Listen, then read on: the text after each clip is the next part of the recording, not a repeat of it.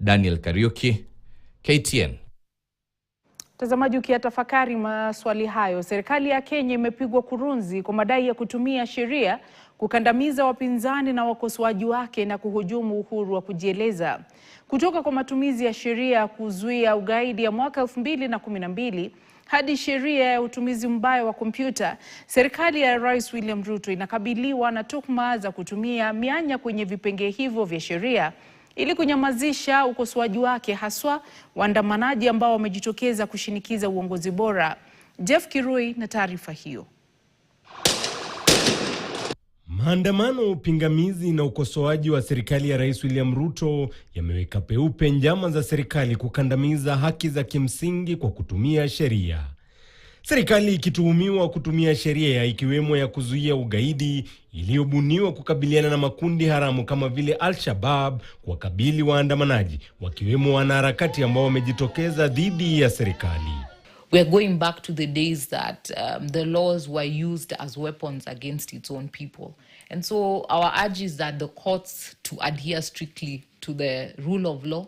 Kwa mujibu wa sheria hiyo ya kuzuia ugaidi, vitendo vya kigaidi vimeorodheshwa kujumuisha matumizi ya fujo dhidi ya raia, kuhatarisha maisha ya wengine, vitendo vinavyosababisha uharibifu wa mali na utumizi wa silaha na vilipuzi miongoni mwa nyinginezo.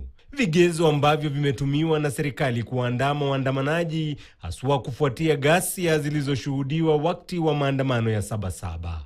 For you to be able to prove that charge of terrorism, it has a very high standard of proof. So at the end of the day, it is the state probably trying to sell fear to the people so that we do not have so many people coming out to express themselves. And we'll fail short when actual terrorism cases are brought. People won't have even confidence and faith in our institutions, because we are certainly feeling we are going back to the days that the laws were used as weapons against its own people. Hata hivyo, licha ya pingamizi za Wakenya na wanaharakati kuhusu matumizi ya sheria hiyo dhidi ya waandamanaji, baadhi ya wakuu serikalini wameshikilia msimamo kwamba sharti sheria ichukue mkondo wake. If you establish a criminal gang whose business is to invade people's businesses, if you finance some people to carry machetes, crude weapons, petrol bombs, to destroy people's property and government installations, what is that called? It's called terrorism.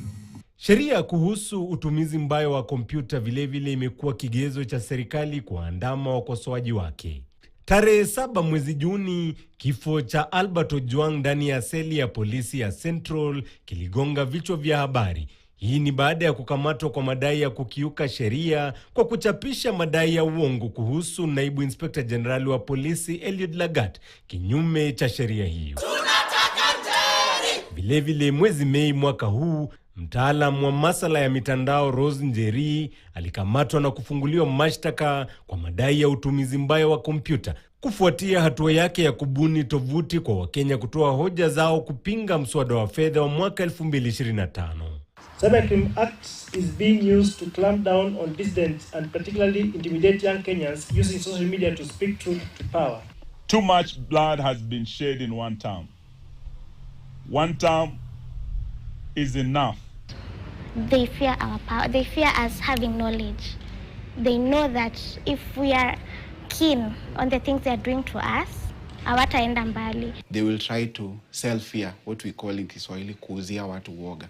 They are trying to curtail the right to protest and the right to freely express yourself. Jeff Kirui, KTN. Watetezi wa haki, wataalamu wa sheria na wakosoaji wa serikali